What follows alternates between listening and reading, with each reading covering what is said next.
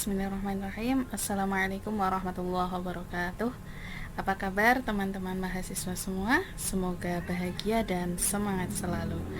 Pada kesempatan kali ini saya akan menyampaikan materi dengan tema konsep dan urgensi Pancasila. Nah, di sini term Pancasila tentu saja tidak asing di telinga kita ya, karena Pancasila ini sebagai ideologi negara kita, sebagai dasar hukum negara kita, dan juga dalam keseharian kita juga mengamalkan nilai-nilai dari Pancasila ini sendiri. Oke, untuk topik kita pada kesempatan kali ini ya, saya bagi menjadi 4 bagian.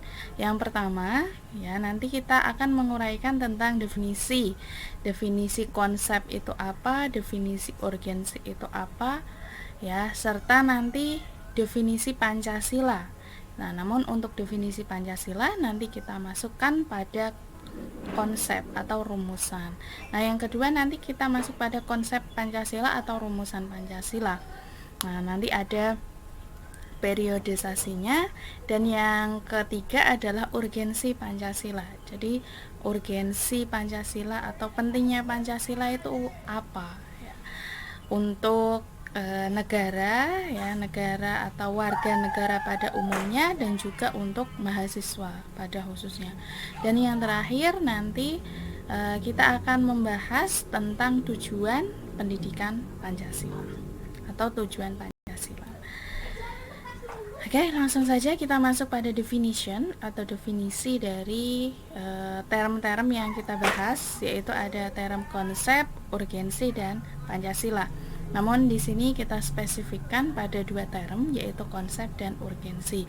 Konsep itu diambil ya dari kata konsep ya, dalam bahasa Inggris, yang artinya adalah konsepsi, kemudian juga bagan ya, rencana, dan juga bisa dimaknai dengan pengertian.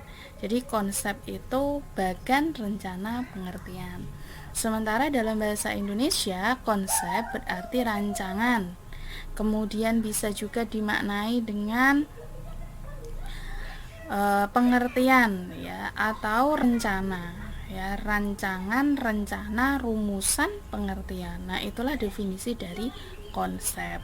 Sementara urgensi ya, urgensi itu sendiri kita mengambil dari asal usul 2 bahasa. Yang pertama bahasa Indonesia, di sini urgensi itu dimaknai dengan sesuatu yang mendesak ya, atau keharusan yang mendesak dan bersifat penting. Sementara dalam bahasa Inggris, urgensi itu berasal dari kata urgency, yang artinya adalah keadaan yang mendesak, keadaan yang penting. Jadi secara umum kata urgensi baik dari bahasa Indonesia maupun bahasa Inggris memiliki makna penting atau mendesak. Sementara konsep ya, kata konsep itu berarti rumusan, rancangan, atau bisa juga dimaknai dengan pengertian. Nah, di sini nanti kita akan membahas tentang konsep Pancasila terlebih dahulu. Ya, konsep Pancasila. Nah, konsep tadi kan dinyatakan sebagai rumusan atau rancangan. Ya, berarti di sini ada rancangan, rumusan, sehingga muncul istilah Pancasila dan kemudian digunakan sebagai istilah yang populer. Ya, jadi ada lahirnya Pancasila itu bukan berarti langsung muncul, itu tidak, namun berasal dari rumusan gagasan-gagasan para tokoh-tokoh besar ya pada saat itu, pada masa lalu. Nah, di sini lahirnya konsep Pancasila itu didasari adanya nilai-nilai yang terinternalisasi atau nilai-nilai yang tertanam dalam diri bangsa Indonesia. Nilai apa sajakah itu? Yang pertama adalah nilai percaya kepada Tuhan dan toleransi. Yang kedua adalah nilai solidaritas. Yang ketiga ada nilai gotong royong, kemudian ada nilai musyawarah, dan juga ada nilai sopan santun. Ini adalah beberapa nilai yang tertanam dalam jiwa bangsa Indonesia. Nah, jadi dari nilai-nilai yang tertanam tersebut, maka kemudian tokoh-tokoh bangsa ya, tokoh-tokoh bangsa pada masa itu mencanangkan, merumuskan adanya Pancasila ya sebagai rumusan dari nilai-nilai yang sudah menjadi tradisi dalam masyarakat Indonesia tersebut. Ya, jadi diakomodasi dengan sebuah istilah yang nantinya menjadi identitas dari bangsa Indonesia itu sendiri, yang mencerminkan dari nilai-nilai yang sudah menjadi tradisi tersebut. Nah, jadi nilai-nilai yang tertanam dalam diri bangsa ini nantinya memunculkan istilah Pancasila ya, istilah Pancasila seperti itu. Nah, di sini konsep atau rumusan Pancasila itu dapat dilihat dari 3 perspektif, yaitu dari asal usul term Pancasila, kemudian dari rumusan Pancasila pra kemerdekaan, dan yang ketiga adalah pasca kemerdekaan. Nah, di sini ya konsep Pancasila nanti dibagi menjadi 3 ini. Yang pertama, untuk asal usul Pancasila itu bisa disebut dengan konsep etimologis. Jadi nanti bisa diketahui Pancasila itu asal usulnya dari kata apa ya, sehingga muncul kata Pancasila. Berikutnya nanti akan ada perspektif historis atau perspektif sejarah terkait Pancasila. Nah, ini di sini saya nyatakan dengan pra kemerdekaan ya. Jadi sebelum 17 Agustus itu ada rumusan atau gagasan-gagasan tentang Pancasila. Nah, inilah nanti disebut dengan konsep historis. Yang berikutnya ada terminologis. Nah, terminologis ini adalah Pancasila sudah menjadi istilah baku. Ya, sudah dibakukan, ini berlaku setelah kemerdekaan. Oke, nah ini di sini kita membahas tentang konsep awal dari lahirnya term Pancasila. Nah, Pancasila itu sendiri berasal dari 2 kata ya, panca dan sila. Nah, adapun dalam bahasa Sanskerta ya, panca itu artinya 5, kemudian ada 2 istilah ya, 2 istilah sila, yaitu shila dan shila. Yang pertama menggunakan 1 i ya, shila, dan yang kedua adalah shila menggunakan double i. Nah, di sini ada 2 perbedaan makna. Nah, adapun panca tadi tetap ya 5, sementara shila itu adalah batu seni, dan shila menggunakan double i itu maknanya peraturan tentang tingkah laku yang baik. Nah, berikutnya terkait dengan kata sila, ini memunculkan istilah susila ya, susila yang kemudian terkenal dengan bahasa Jawa itu susila. Ya, atau di dalam bahasa Indonesia juga barangkali kita juga pernah mendengar tentang kata susila itu. Nah, maka ya Pancasila ini bermakna 5 ya, 5 batu ya, batu seni atau prinsip 5, atau bisa juga kalau kita mengambil Pancasila menggunakan double i itu maknanya adalah 5 peraturan tingkah laku yang baik, tingkah laku yang penting ya, atau yang senonoh. Nah, berarti kata Pancasila yang diambil dari bahasa Sanskerta Pancasila bisa kita maknai sebagai 5 dasar tingkah laku yang baik. Oke, kemudian Pancasila dalam Buddha ya.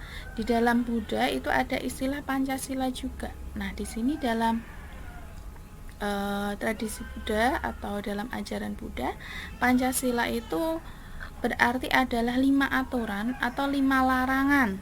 Larangan apa saja? Yang pertama adalah larangan untuk membunuh atau killing. Yang kedua adalah larangan untuk mencuri. Ya, kemudian ada larangan untuk berzina, larangan untuk berbohong, dan yang terakhir adalah larangan untuk meminum minuman keras. Nah, jadi dalam ajaran Buddha itu didapati Pancasila, yang berarti adanya 5 pantangan atau 5 larangan. Yang pertama pantangan untuk pantangan untuk membunuh, kemudian pantangan untuk mencuri, pantangan untuk berzina, ya, atau larangan untuk berzina, larangan untuk berdusta, dan yang terakhir adalah larangan untuk meminum minuman keras. Nah, melihat dari konteks sejarah pula, ya, yaitu masuknya Hindu Buddha di Indonesia, itu ditemukan pula istilah atau term Pancasila dalam kitab karya Empu Prapanca, ya, itu disebutkan ada kata Pancasila yang berarti juga 5 pantangan, ya, 5 pantangan. Nah, setelah masuknya Islam ke Indonesia, nah ini terjadi akulturasi, ya, akulturasi ajaran yang sudah masuk, yaitu ajaran Hindu Buddha, yaitu adanya 5 pantangan, namun diakulturasi atau dikolaborasikan, ya, dikolaborasikan ajarannya, ada yang salah satu diubah. Nah, kalau masuknya Islam di Indonesia ini sendiri, ada istilah yang terkenal dengan Mo 5.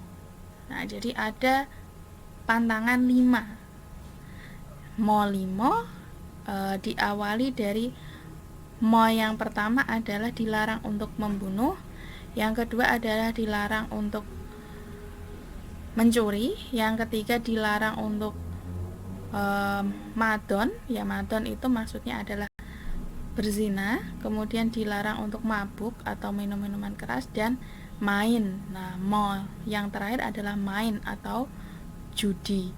Nah, kalau misalnya kita teliti, ya, kita telaah lebih jauh, ada sedikit perbedaan dengan ajaran Pancasila yang terdapat dalam tradisi Hindu Buddha. Kalau tradisi Hindu Buddha tadi adalah larangan untuk yang pertama membunuh, kemudian mencuri, berzina, ada pula tadi berdusta, dan yang terakhir adalah larangan untuk meminum minuman keras. Sementara setelah Islam masuk, ya, kita tahu sendiri, ya, sebagaimana kita tahu bahwasanya masuknya Islam di Indonesia itu sering sekali melakukan akulturasi, ya, akulturasi budaya supaya nilai-nilai keislaman itu dapat mudah diterima oleh masyarakat.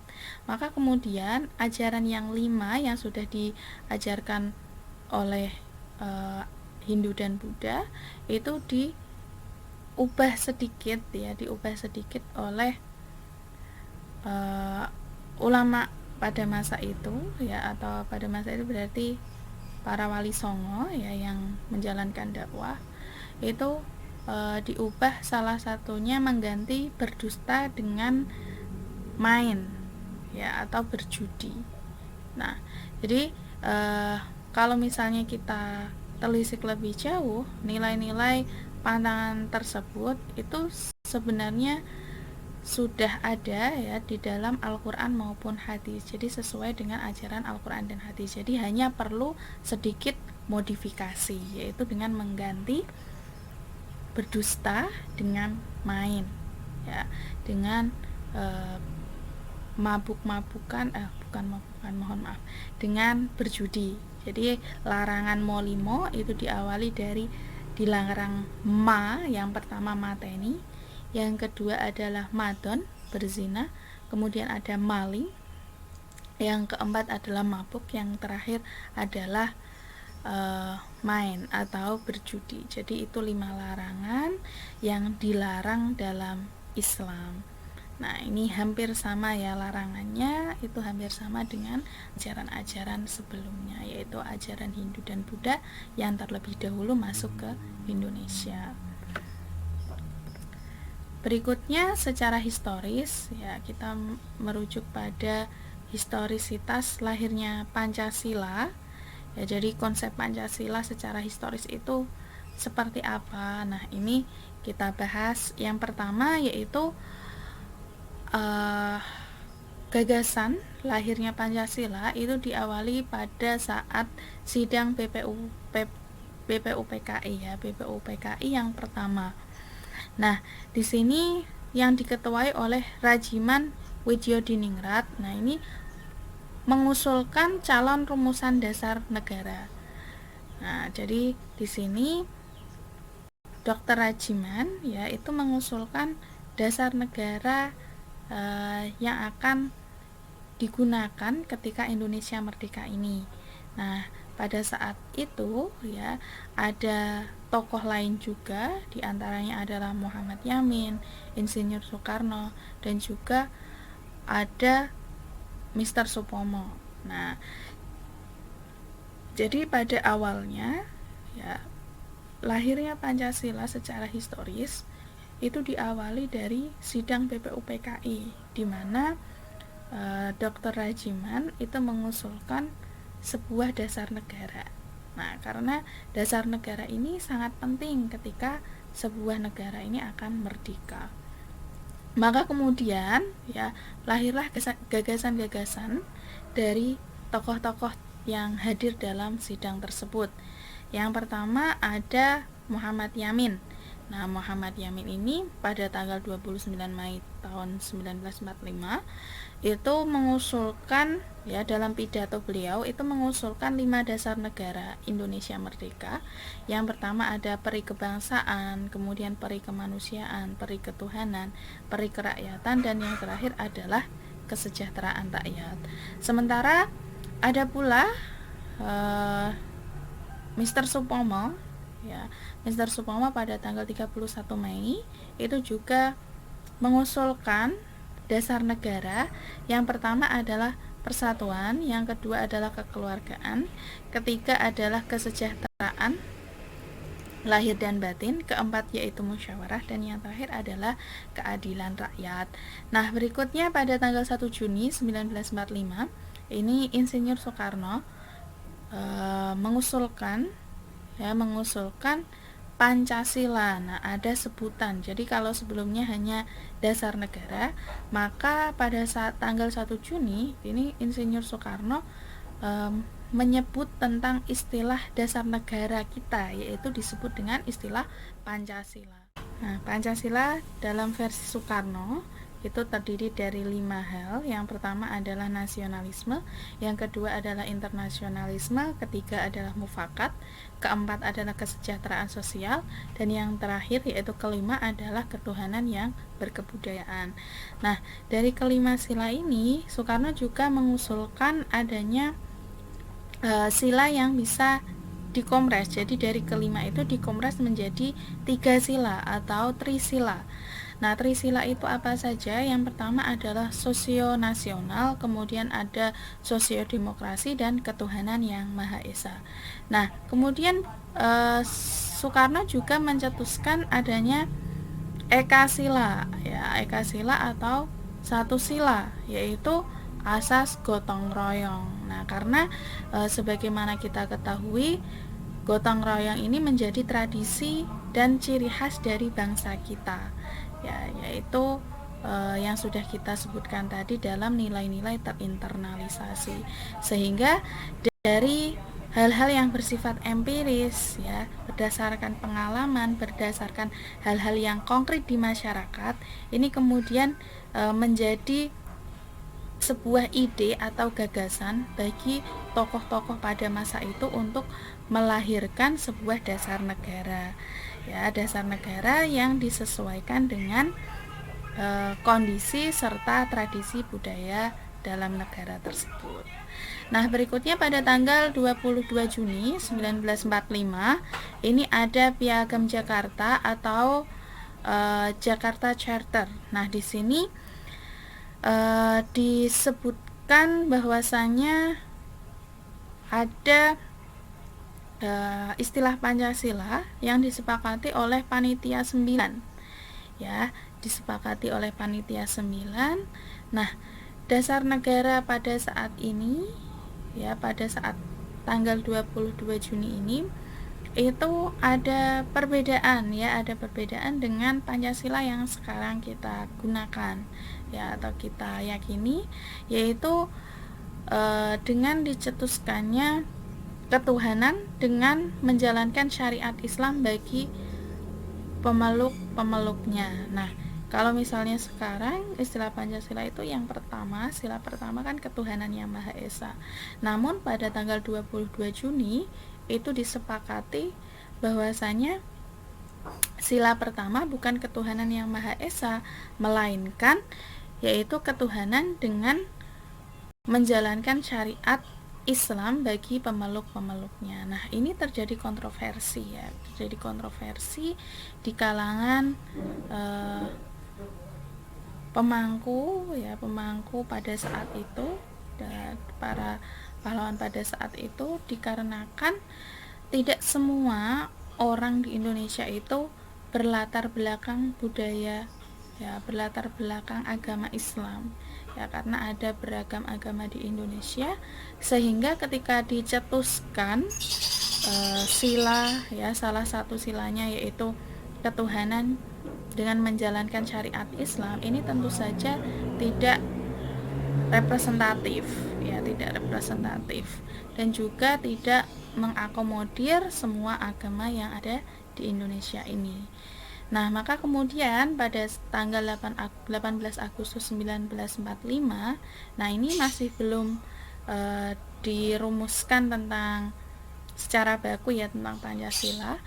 Nah, namun untuk sila-sila ya, sila-sila yang dikenal sampai saat ini itu sudah dimasukkan dalam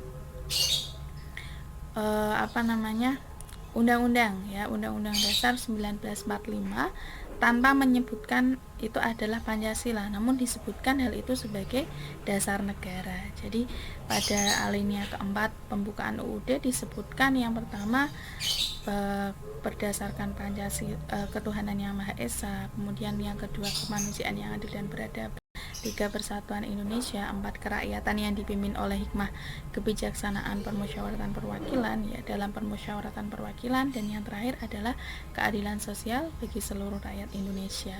Jadi hal tersebut secara historis ini memang belum secara baku dirumuskan Pancasila ya, istilah Pancasila dan juga sila-sila yang menjadi bagian dari Pancasila tersebut. Namun pada perspektif historis ini baru pada tahapan perumusan dasar negara ya, perumusan dasar negara yang ada 5. Nah, meskipun memang pada tanggal 1 Juni Insinyur Soekarno sudah mengusulkan adanya sebutan Pancasila, namun belum dibakukan. Oke, yang berikutnya, nah ini secara terminologis, secara istilah. Nah, ini sudah mulai dirumuskan ya Pancasila, konsep Pancasila secara tertulis dan dibakukan. Nah, yang pertama yaitu dalam pembukaan undang-undang yang ini sudah kita singgung tadi secara historis. Di situ sudah tertulis lengkap 5 sila ya yang kita kenal sampai saat ini, namun tidak secara spesifik disebutkan bahwa itu Pancasila. Nah, namun dari situlah ya, dari pembukaan Undang-Undang Dasar itulah yang nantinya menjadi landasan ya, menjadi landasan lahirnya Pancasila. Nah, kemudian yang berikutnya ya, dalam Konstitusi RIS yaitu tahun 1949 sampai 1950. Dalam Konstitusi RIS itu dikenal adanya 5 sila ya, 5 Pancasila atau 5 sila. Yang pertama yaitu ketuhanan yang Maha Esa, yang kedua adalah perikemanusiaan, ketiga kebangsaan, keempat adalah kerakyatan, dan yang terakhir adalah keadilan sosial. Nah, pada saat dirumuskannya Undang-Undang Dasar sementara tahun 1950 sampai 1959, itu juga muncul 5 sila yang sama dengan pada saat Konstitusi RIS, yaitu ketuhanan yang Maha Esa, perikemanusiaan, kebangsaan, kemudian yang keempat adalah kerakyatan, dan yang terakhir yaitu keadilan sosial. Adapun yang terakhir ya, itu ada dalam kalangan masyarakat. Jadi berada di dalam masyarakat rumusan Pancasila juga. Nah, dalam yang beredar di masyarakat ini hampir sama dengan yang sebelumnya, namun ada perbedaan pada sila keempat, yakni yang pertama ketuhanan yang Maha Esa, kedua adalah peri kemanusiaan, yang ketiga adalah kebangsaan, yang keempat adalah kedaulatan rakyat. Nah, ini yang membedakan dari yang sebelumnya hanya kerakyatan. Nah, ini disebutkan kedaulatan rakyat, dan yang terakhir adalah keadilan sosial. Dan yang paling akhir sebagai final dari rumusan Pancasila secara tertulis dan sudah ditetapkan oleh MPR, yaitu ketetapan MPRS ya tahun 1966 yang ke-20. Nah, itu disebutkan bahwasanya dasar negara kita adalah Pancasila, yang terdiri dari yang pertama ketuhanan yang Maha Esa, yang kedua adalah kemanusiaan yang adil dan beradab, ketiga adalah persatuan Indonesia, keempat kerakyatan yang dipimpin oleh hikmah kebijaksanaan dalam permusyawaratan perwakilan, dan yang terakhir adalah keadilan sosial bagi seluruh rakyat Indonesia. Nah, pada saat itulah setelah TAP MPRS tahun 1966 tersebutlah kemudian Pancasila dikenal dan dijadikan sebagai dasar negara hingga saat ini. Nah, itu sudah baku, sudah final. Nah, berikutnya kita masuk pada urgensi dan tujuan Pancasila. Nah, seberapa penting sih Pancasila untuk kehidupan bangsa kita? Nah, kita perlu menelaah lebih jauh terkait dengan adanya hal-hal ya yang menjadi isu atau problem dalam negara kita. Ada banyak sekali problem atau masalah yang bangsa Indonesia ini hadapi. Yang pertama ada masalah pajak dan penegakan hukum. Kemudian ada masalah korupsi ya, kemudian ada masalah kerusakan lingkungan. Nah, ini adalah beberapa hal ya yang menjadi problem negara kita. Berikutnya ada isu tentang disintegrasi. Nah, ini digambarkan ya di sini, kalian bisa melihat, yaitu tentang adanya primordialisme yang menganggap asal usul dirinya lah yang paling baik di antara yang lain ya, di antara kelompok lain. Kemudian ada terorisme. Nah, primordialisme ini sendiri menjadi salah satu hal yang mengancam integrasi negara atau kesatuan negara. Nah, berikutnya ada terorisme juga sebagai problem bangsa, dan tidak kalah penting juga adanya dekadensi atau demoralisasi ya, penurunan moral, dan adanya narkoba. Nah, beberapa problem ini ya, beberapa masalah ini tentu saja kita hadapi sampai sekarang, dan semakin hari juga persoalan ini semakin pelik. Nah, maka oleh sebab itu sangat penting bagi kita sebagai bangsa negara Indonesia untuk dapat memecahkan masalah-masalah tersebut. Nah, untuk memecahkan masalah tersebut ya, salah satunya adalah dengan menerapkan Pancasila ya, 5 sila yang memiliki nilai-nilai luhur yang dapat kita terapkan sehingga masalah-masalah tadi dapat terselesaikan dengan baik. Karena sebagaimana kita tahu ya, taruhlah contoh tentang problem pajak. Nah, jadi pajak ini kan menjadi kewajiban bagi setiap warga negara. Nah, akan tetapi kalau misalnya kita telisik lebih jauh ya, pada saat ini banyak sekali orang-orang atau mungkin badan usaha atau perusahaan yang belum memiliki kesadaran penuh untuk membayar pajak. Nah, kalau misalnya kita lihat ya, dalam berita itu disebutkan ada hanya sekitar 11-24% Nah, itu yang sadar untuk membayar pajak dari badan usaha atau PT, perseroan terbatas. Nah, adapun untuk pajak pribadi, nah ini kesadarannya lebih baik lah ya daripada kesadaran badan usaha, yaitu ada sekitar 60%. Nah, itu fakta-fakta tersebut nanti bisa kalian gali lebih jauh ya terkait kesadaran pajak bangsa kita. Nah, jadi adanya isu-isu atau problem-problem masalah-masalah di negara kita itu disebabkan karena tidak diterapkannya nilai-nilai Pancasila atau pengamalan Pancasila dalam kehidupan sehari-hari. Nah, adapun urgensi dari Pancasila ya, pentingnya Pancasila itu apa untuk kehidupan kita? Yaitu karena Pancasila ini sebagai dasar negara, ya, dasar negara, kemudian sebagai ideologi negara atau cita-cita negara, yang ketiga adalah sebagai sistem filsafat, yang keempat sebagai sistem etika. Nah, ini yang paling penting ya, sistem etika, karena di dalam Pancasila, nilai-nilai Pancasila itu mengandung ajaran untuk moralitas ya atau etika. Nah, sehingga dengan adanya hal ini ya, penerapan Pancasila ini, nilai-nilai Pancasila khususnya adalah terkait dengan etika, maka problem-problem yang terjadi tadi dapat diminimalisasi.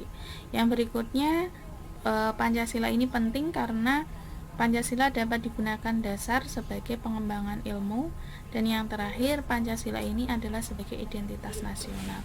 Jadi pentingnya Pancasila untuk kehidupan bangsa negara ini, kalau dinyatakan penting atau tidak, tentu saja sangat penting ya, karena Pancasila itu menduduki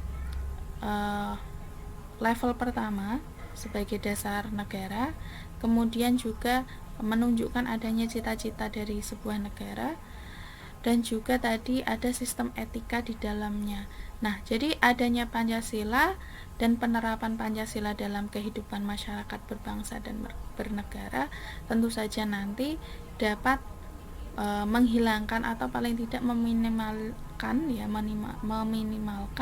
adanya problem-problem yang sudah ada, yaitu tadi diantaranya ada korupsi, kemudian ada juga kurang kesadaran mengeluarkan pajak ya, ketidakadilan hukum. Nah, kalau misalkan semua orang ya yang ada di Indonesia, bangsa Indonesia ini menerapkan pengamalan Pancasila, tentu saja hal-hal tersebut tidak akan terjadi. Contohnya misalkan yang sila terakhir, keadilan sosial. Nah, ini sangat relevan ya ketika nanti ada sebuah kasus hukum yang diselesaikan secara adil. Namun pada faktanya ya, secara realita kita melihat bahwasanya banyak sekali hukum yang tidak ditegakkan dengan baik. Nah, ini menjadi problem. Nah, maka di sini pengamalan Pancasila menjadi sangat penting ya untuk menghilangkan hal-hal atau masalah-masalah yang terjadi tadi yang kita sudah bahas ya. Nah, berikutnya urgensi pendidikan Pancasila bagi mahasiswa. Yang pertama yaitu terkait dengan attitude atau sikap, yaitu diharapkan nanti pentingnya ini adalah untuk supaya mahasiswa itu memiliki pedoman dan kaidah penuntun dalam berperilaku. Ya, jadi dalam berperilaku sehari-hari, dalam berperilaku berinteraksi dengan orang lain itu memiliki tuntunan. Yang kedua adalah urgensi pendidikan Pancasila, yaitu menjaga eksistensi budaya. Jadi budaya-budaya yang sudah kita sebutkan tadi, ada budaya gotong royong, budaya solidaritas tadi ya, atau ada juga budaya musyawarah, itu supaya tetap eksis karena budaya-budaya tersebut sangat baik dan menjadi identitas dari negara kita. Nah, berikutnya memperkokoh ya, pentingnya pendidikan Pancasila ini memperkokoh jiwa kebangsaan. Nah, sehingga nanti mahasiswa itu menjadi leitmotif dan juga lead star. Leitmotif itu artinya adalah dorongan ya, dorongan individu untuk melakukan hal yang lebih baik dan juga menjadi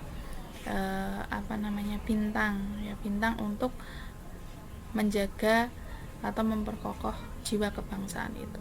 Dan yang berikutnya adalah infiltrasi budaya asing yang negatif. Nah, jadi adanya pendidikan Pancasila ini menjadi benteng untuk menyaring budaya-budaya asing yang negatif seperti